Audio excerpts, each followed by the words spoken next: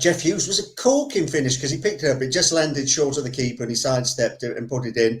And at that stage, the fans behind the goal went absolutely berserk because the fans that were left behind the goal went absolutely berserk because we'd rescued a point from 3-1 down, deep 2 minutes into injury time. The board had gone up. I think it was 5 or 6 minutes, but even so, Phil Wilkinson got a little bit excited and the goal, turned to me and sort of said, well, what odds another goal? Bear in mind, he said, what odds another goal? He didn't say what odds Tranmere getting the winner.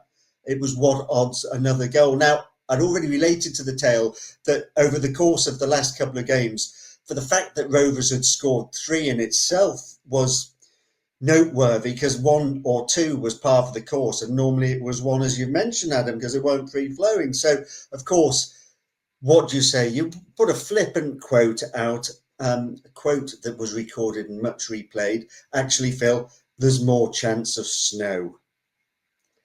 And lo and behold, it didn't snow, but...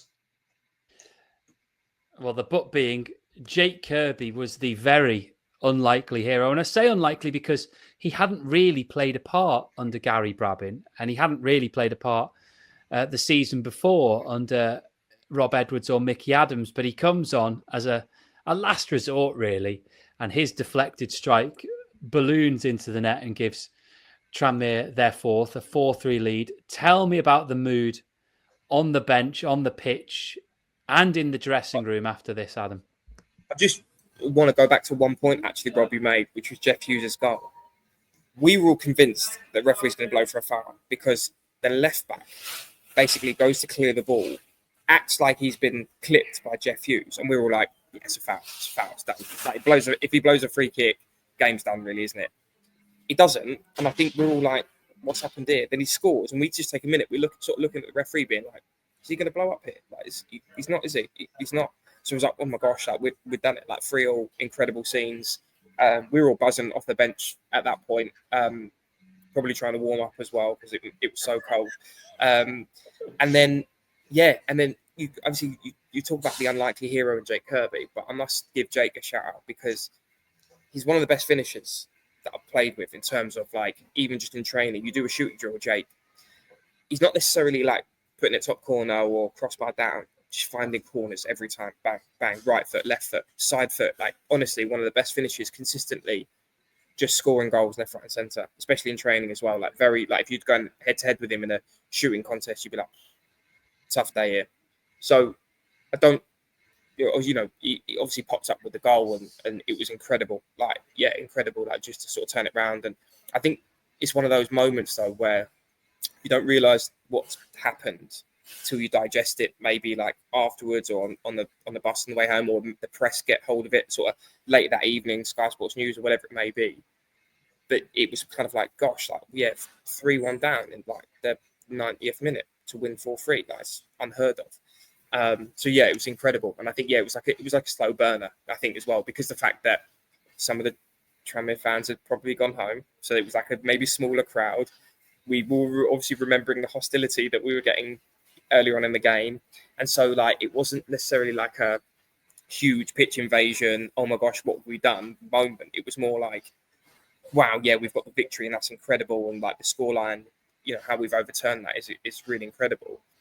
And then I think when we sat on the bus on the way home and then got home and maybe digested it on the Monday, being like, gosh, like, do you actually realise what we've done? Yes, it is only 3 points in a season where we needed a lot more than 3 points.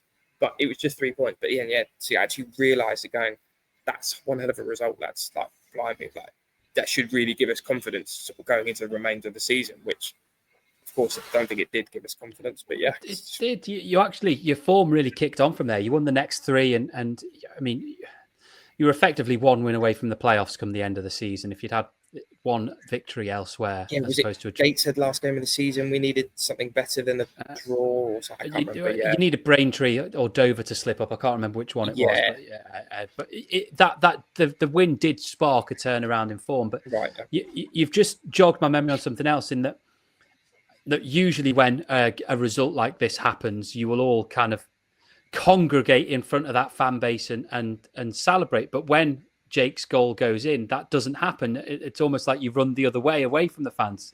Can you, I mean, you weren't on the field, so it's not maybe for you to answer, but can you remember that being a pointed thing of we're in this together? You're right. When I look back at the highlights, I was like, why did we not go to the half a dozen fans that were there anyway that had managed to stick it out? But yeah, I don't know why. I think it was more like disbelief, or maybe it was the fact that Jake didn't actually know where they were, so he was like looking around and didn't know where. But either way, it was very much like we were just gone, wow, like almost like ref, just blow the whistle now. Let's just get in the showers and get out of it, because it's just not. It's been a difficult day for everyone. So I think we just wanted to get in the shower as quickly as possible, warm up, and take the 3 points and get out there.